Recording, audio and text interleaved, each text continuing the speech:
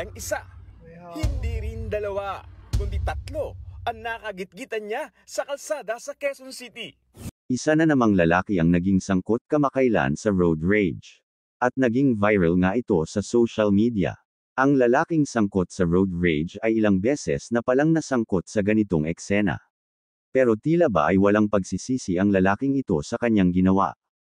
Tara panoorin natin ang ginawa ng lalaking sangkot na ito at magbigay ng komento kung ano ba ang dapat mangyari sa kanya. Away sila oh. Nakalbo na naman oh. May hawak oh. Hindi lang isa, hindi rin dalawa, kundi tatlo ang nakagitgitan niya sa kalsada sa Quezon City. Ano ba ba mo, boss? Ano nga? Sige mo. Baka kaya. Sige ka ba kayo ba? Di. Pa! Inano ka ba namin? Ginit-git ka ba?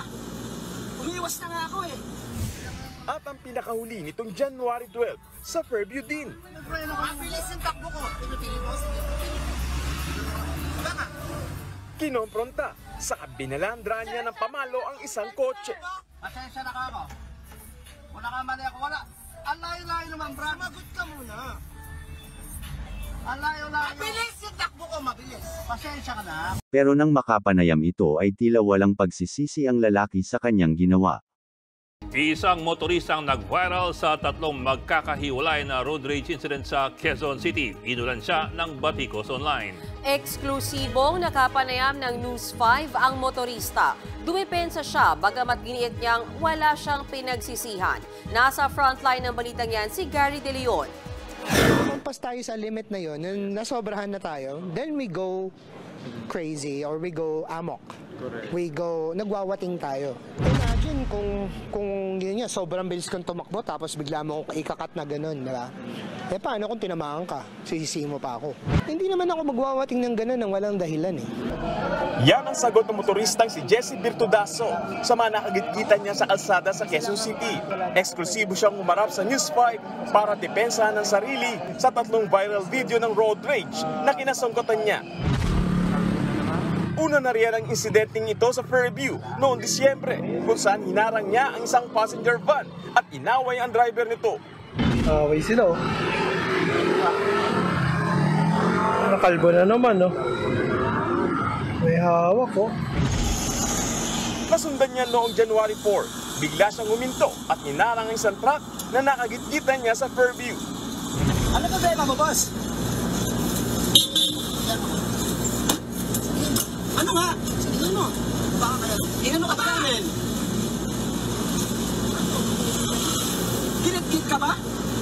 Umiwas na nga ako eh. At ang pinakahuli nitong January 12 sa Fairview din. Mabilis yung takbo ko. Pinipili mo.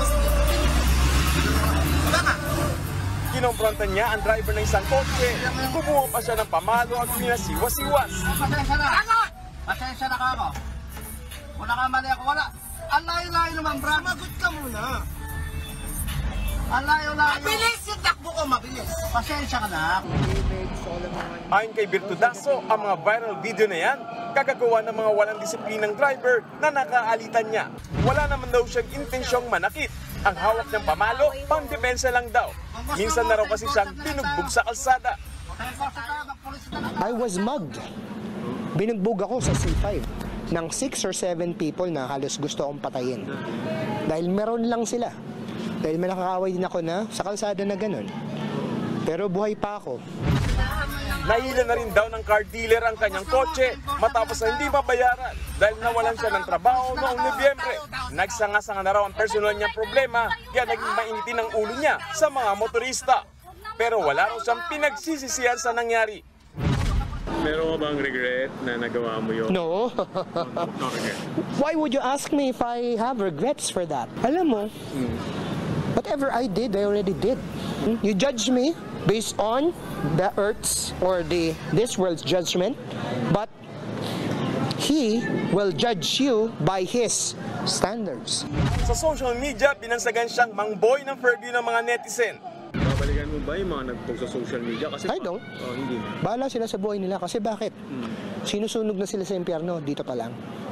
Kasi sino bang kasama ko? Siya lang kasama ko. I don't care. Kasi, I mean, kahit anong gawin ko, people will criticize you eh. May it be good or bad. Am I right? Or am I right? Ipinatawag na raw siya ng Land Transportation Office sa Miyerkules.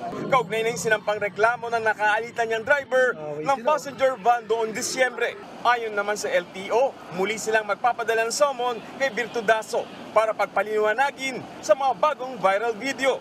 Dito malalaman kung mayroon ba siyang paglabag at kung ano ang pwedeng ikaso sa kanya.